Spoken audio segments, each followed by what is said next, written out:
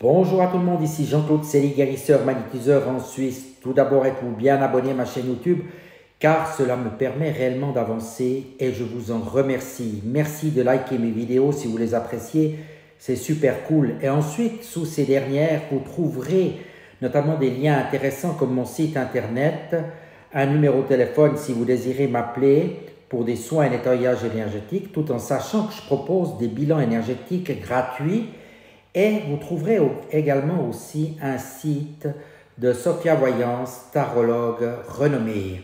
Aujourd'hui, nous allons parler de l'énergie, la matière et l'information. La naissance de la physique quantique, les physiciens du 19e siècle pensaient avoir tout découvert. À cette époque, la physique de Newton et la théorie électromagnétique de Maxwell prédominaient.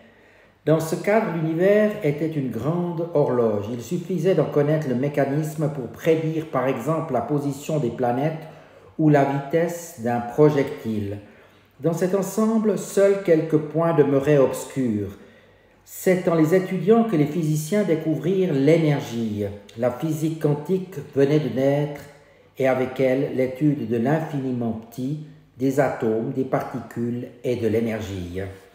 L'énergie, la définition de l'énergie du dictionnaire Larousse est faculté que possède un système pour fournir du travail ou son équivalent. Celle-ci montre qu'il est bien difficile de définir ce qu'est l'énergie, tout au plus pouvons-nous expliquer ce qu'elle fait, mais non ce qu'elle est. Quoi qu'il en soit, le mot vient du grec énergon qui signifie en action. Il est vrai que nous ne pouvons pas imaginer qu'une énergie soit immobile et stagnante, car toutes les énergies vibrent, bougent, changent et se transforment. L'énergie, c'est la vie. Les caractéristiques de l'énergie. L'énergie présente trois caractéristiques qui permettent de la définir. La fréquence, tout d'abord, à l'exemple des fréquences des émissions radio, une infinité d'ondes de vibrations différentes peuvent se trouver au même endroit, en même temps, sans se perturber les unes les autres. C'est ainsi que des mondes parallèles peuvent chevaucher le nôtre sans même que nous ne nous en rendions compte. Vibrant sur des fréquences différentes des nôtres, les esprits comme les esprits des défunts peuvent se déplacer dans notre monde sans que nous ne les voyions. Pour prendre conscience de leur présence, il nous faut utiliser d'autres sens plus subtils comme le ressenti ou la clairvoyance. Nos corps subtils présentant tous des fréquences différentes peuvent se trouver aussi ensemble au même endroit en même temps. C'est ce qui explique notamment qu'ils sont tous à l'intérieur du corps physique tout en débordant de celui-ci.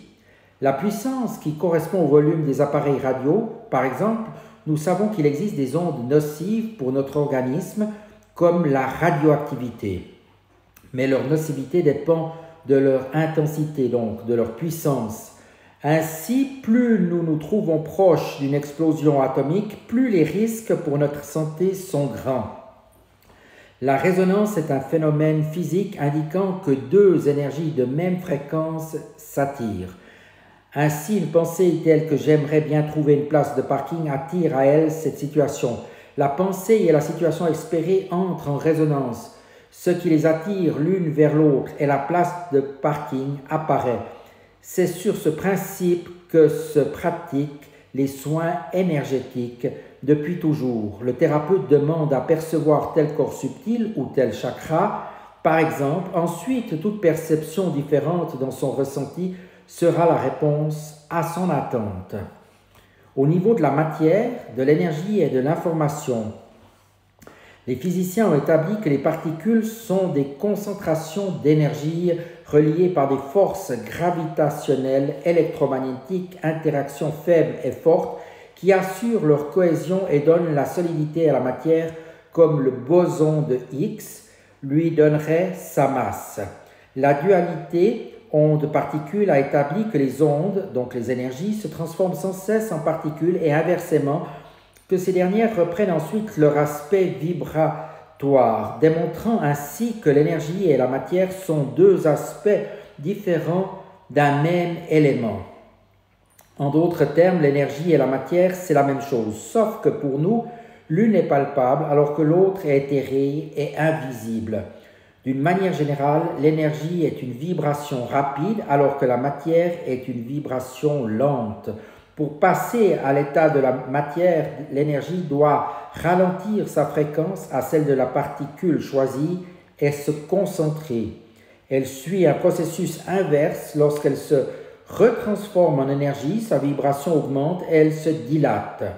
Pour organiser cette dualité, il est nécessaire qu'il y ait présence d'une information pour pousser l'énergie à créer telle ou telle particule qui va à son tour participer à la formation de tel ou tel atome, puis de telle ou telle molécule pour former tel ou tel objet. C'est aussi l'information qui indiquera à une particule quand elle doit reprendre son aspect vibratoire. Ce phénomène a été retrouvé dans les expérimentations quantiques. Il a beaucoup perturbé les premières recherches avant que les physiciens se rendent compte que leurs pensées, leurs désirs et leurs attentes, qui sont des informations, modifiaient les résultats de l'expérience qu'ils réalisaient dans le sens espéré. Cela a fait dire aux chercheurs que l'observation influe sur le système observé. Ainsi, au fur et à mesure qu'un système est observé, son état se modifie. Ce processus fausse bien et évidemment les résultats des expériences. L'effet tunnel est une conséquence de la dualité onde-particule. Par exemple, une molécule chimique, comme un enzyme, lorsqu'elle doit travailler ou traverser une muqueuse, est capable de prendre une forme éthérée, c'est-à-dire vibratoire, pour assurer ses traversées sans encombre, avant de reprendre sa forme matérielle lorsqu'elle se trouve de l'autre côté. C'est ce qui est appelé l'effet tunnel, car c'est comme si la molécule avait emprunté un tunnel invisible pour traverser la muqueuse. Ce phénomène permettrait aussi aux molécules, notamment aux protéines, de communiquer très rapidement à travers l'organisme par des voies qui n'ont rien à voir avec le sang, les nerfs ou les hormones. La grande illusion. Lorsque les physiciens ont étudié la matière, ils sont arrivés à l'énergie, et lorsqu'ils ont étudié l'énergie, ils ont trouvé l'information. Aussi, une question brûle-t-elle les lèvres? Et si tout n'était qu'une information? Cette question a pour corollaire, et si tout n'était qu'illusion? Sur ce principe, nous serions tous en train de vivre un rêve dont nous serions les metteurs en scène sans même le savoir. Car au lieu de diriger ce rêve de manière réfléchie, ne sachant pas que c'est nous et nous seuls les organisateurs de notre existence, nous laissons les choses aller, laissant la place à notre mental et à nos pensées inconscientes, avec toutes les conséquences que cela peut avoir sur les situations que nous vivons. Mais nous pouvons reprendre le contrôle de notre existence à tout moment. Il suffit de comprendre comment fonctionne ce processus et ensuite de le vouloir. J'espère que ces quelques informations vous auront été utiles et je vous dis à tout bientôt. Merci de votre attention.